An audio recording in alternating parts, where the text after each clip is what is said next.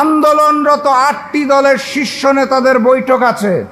বৈঠক থেকে কঠোরতম কর্মসূচি আসছে। রাজপথে নামার জন্য প্রস্তুতি নেন।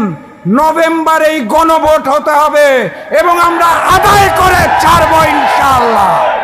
এর কোনো বিকল্প নাই। আগামীর সংসদ হবে ইসলামের সংসদ, আগামীর সংসদ হবে কোরআনের সংসদ, আগামীর সংসদ হবে জনগণের সংসদ। তার জন্য প্রস্তুতি নিন। আন্দোলন শেষ হয় নাই, দেখা হবে রাজপথে, কথা হবে স্লোগানে। নতুন ফ্যাসিবাদকে আর মাথা তুলে দাঁড়াতে দেব না ইনশাআল্লাহ।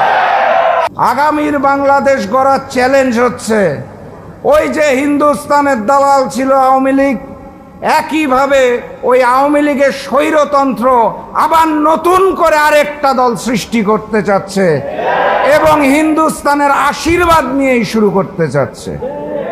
আগামীর বাংলাদেশ গড়তে হলে আমাদের কাঁধে কাঁধ মিলিয়ে ইমানদারির সাথে দুইটা কাজ করতে হবে।